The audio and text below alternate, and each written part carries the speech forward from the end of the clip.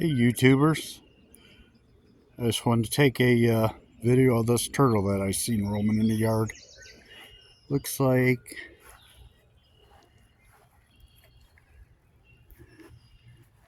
yep, a snapping turtle. Definitely don't want to get too close to these things. He's got all kinds of weeds and stuff on his back.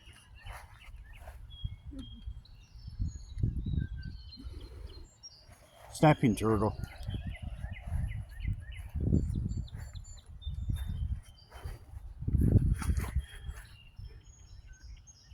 It's all over its back. Like algae and stuff. Aww. Do you see a stick? It's not supposed to be on there. Is that all that stuff? Well, it came from back there by the swamp.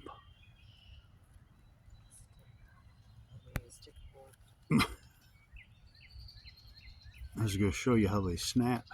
Oh, I know how they snap. Yeah, here's the stick.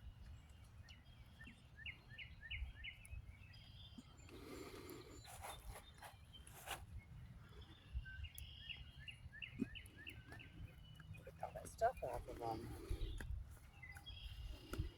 Not that close, babe. No? No. Why?